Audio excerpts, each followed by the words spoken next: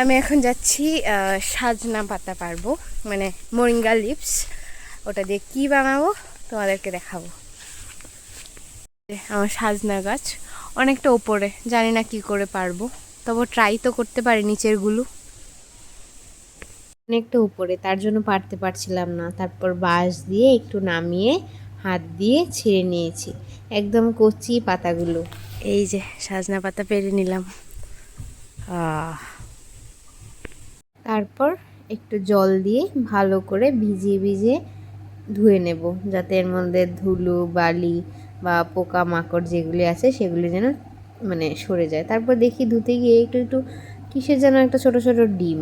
তারপর ধুয়ে বসে গেলাম, দাঁড়িয়েছিলাম, আমি বাছতে শুরু করলাম। মানে একটু ভালো পাতাগুলো নিলাম, যেগুলির পেছনে ছোট ছোট ডিমগুলি ছিল সেগুলি আমি ফেলে দিলাম, বা একদম বেছে বেছে নিয়েছি। খাবো তো, তার জন্য ভালো লাগে না কিছু থাকলেই। তারপরে বেছে নিয়েছি। তারপর আবার বাবা কিছু এনে দিয়েছিল যে একটু বেশি করে বানানোর জন্য।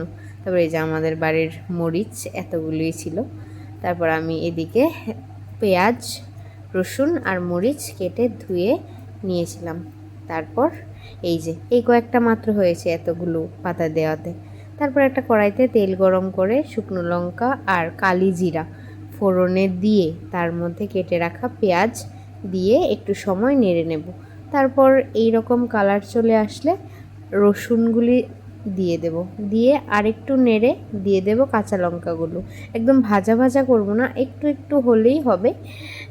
দিয়ে দেব কাঁচা লঙ্কা দিয়ে আরেকটু নেড়ে দিয়ে দেব যে সাজনা পাতাগুলি কেটে ধুয়ে রেখেছিলাম, কেটে না মানে ছিঁড়ে ধুয়ে রেখেছিলাম, সেগুলি দিয়ে দেব। দিয়ে একটু নাড়াবো, দেখবে একটু নাড়াতে নাড়াতেই একদম মজে যাবে। এত নরম এই পাতাগুলো, একদম কতগুলি দিয়েছিলাম, এতটুকুনি হয়ে গেছে। তারপর স্বাদ মতো লবণ আর পরিমাণ মতো হলুদ দিয়ে সেগুলিকে ভালো করে মিশিয়ে নেব। তারপর দেখবে অনেকটা ভাজা ভাজাও হয়ে গেছে।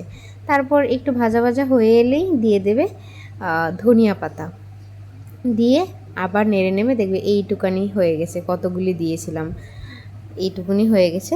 তারপর একটু নাড়িয়ে নামিয়ে নেবে, নামিয়ে একটা মিক্সিং জারে ট্রান্সফার করে নেবে, নিয়ে তারপর মিক্সিতে ঘুরিয়ে বাটাটা বানিয়ে নেবে। এক ভর্তা দিয়ে ভাত খাওয়া হয়ে যাবে, কথা দিলাম। আজ আসি, টাটা।